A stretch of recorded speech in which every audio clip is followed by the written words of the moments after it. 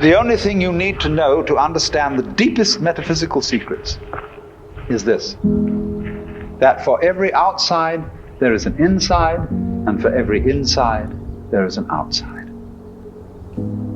And although they are different, they go together.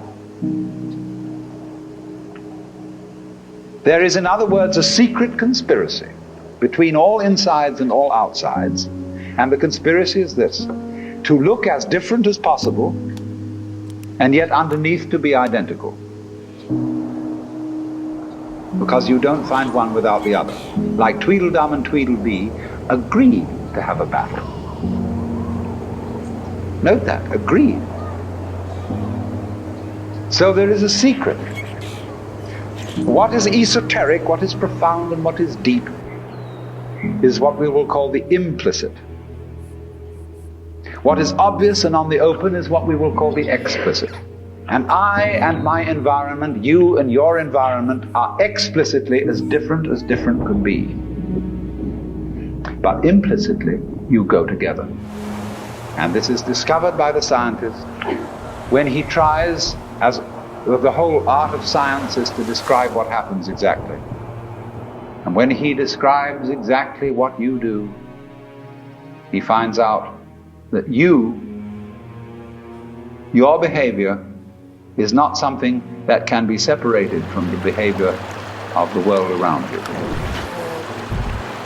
He realizes then that you are something that the whole world is doing. Just as when the sea has waves on it, all right, the sea, the ocean is waving. And so each one of us is a waving of the whole cosmos, the entire works, all there is. And with each one of us, it's waving and saying, "Yoo-hoo, here I am." Only it does it differently each time. Because variety is the spice of life. But you see, the funny thing is, we haven't been brought up to feel that way. Instead of feeling that we, each one of us, are something that the whole realm of being is doing, we feel that we are something that has come into the whole realm of being as a stranger. When we were born, we don't really know where we came from, because we don't remember. And we think when we die, that's just going to be that. Some people console themselves with the idea that they're going to heaven, or that they're going to be reincarnated, or they're going to Summerland or something, People don't really believe that.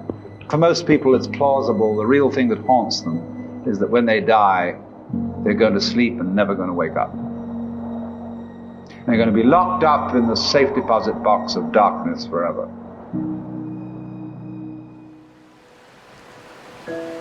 But that all depends, you see, upon a false notion of what is oneself.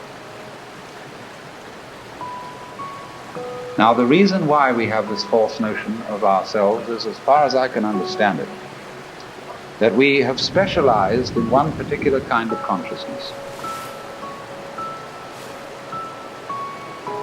Being very general and rough, we have two kinds of consciousness.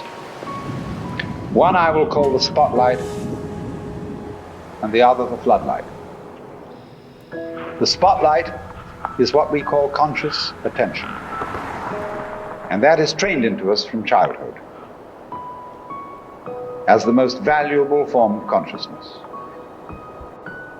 When the teacher in class says, "Pay attention," everybody stares and looks fast at the teacher like that.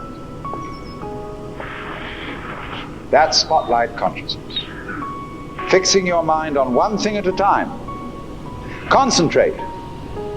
And even though you may not be able to have a very long attention span, nevertheless you concentrate. You use your spotlight, one thing after another, flip, flip, flip, flip, flip, flip, flip, flip, like that. But we also have another kind of consciousness, which I'll call the floodlight. For example, you can drive your car for several miles with a friend sitting next to you, and your spotlight consciousness will be completely absorbed in talking to your friend.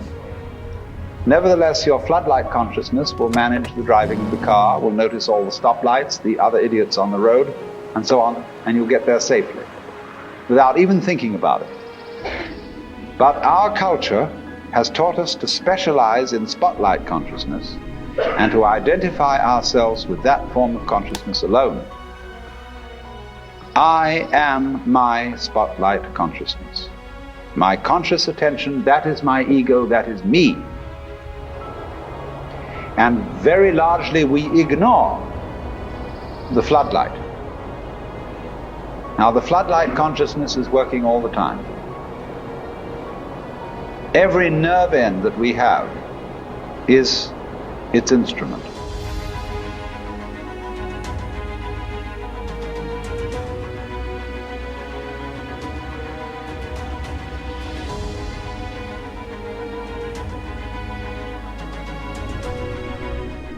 Now, because we have been brought up to identify ourselves with the spotlight consciousness, and the floodlight consciousness is undervalued, we have the sensation of ourselves as being just the spotlight, just the ego that looks and attends to this and that and the other. And so we ignore and are unaware of the vast, vast extent of our being. People who by various methods become fully aware of their floodlight consciousness have what is called a mystical experience or a cosmic consciousness, because they discover that the real deep, deep self, that which you really are, fundamentally and forever, is the whole of being. All that there is, the works, that's you. Just as a sun or star has many rays, so the whole cosmos expresses itself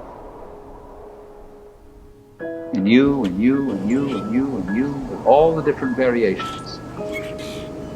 It dances with infinite variety.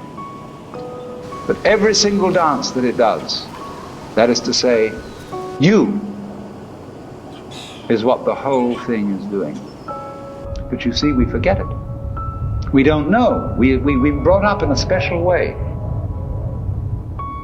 so that we are unaware of the connection.